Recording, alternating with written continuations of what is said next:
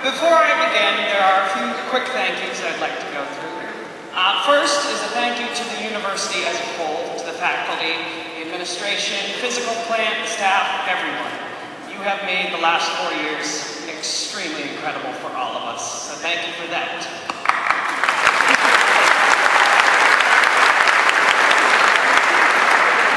Next, I'd like to thank my peers, my friends. For those of you who asked me to give you a shout out, consider this.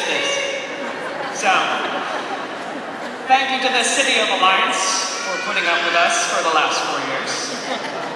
And last but not least, a major thank you to my family, way in the back.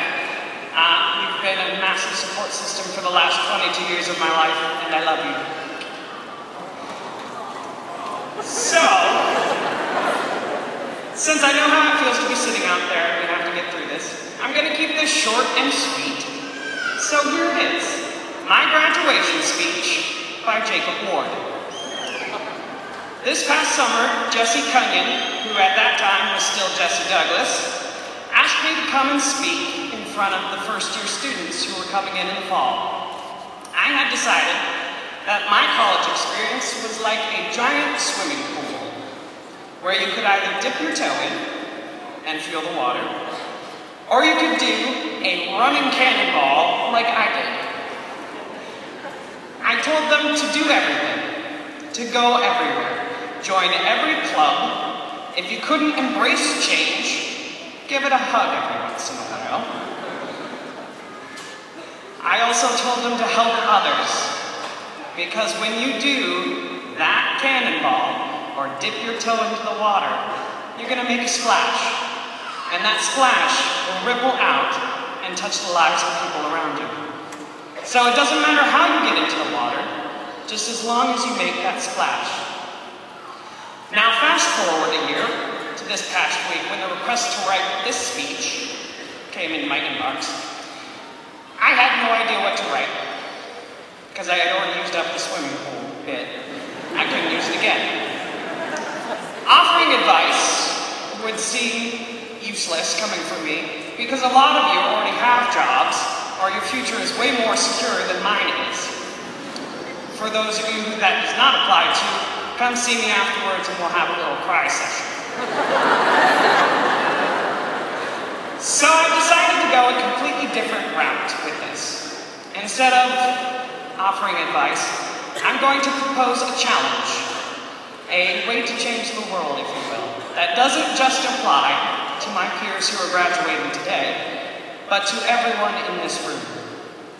When it came to the senior speeches, I decided I would start with a splash and end with the dash. Written in 1996, The Dash by Linda Ellis can easily fit into the category of inspirational poetry. Now, out of curiosity, by show of hands, how many of you have heard of The Dash before? Nice. For those of you who haven't heard anything, you're going to learn something new today. I first heard of The Dash when I was in high school, and it has stuck with me all of these years. And it starts like this. I read of a man who stood to speak at the funeral of a friend.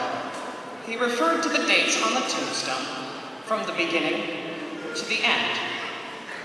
He noted that first came the date of birth and spoke the following date with tears. But he said what mattered most of all was that dash between the years. For that dash represents all the time that they spent alive on earth, and now only those who loved them know what that little line is worth.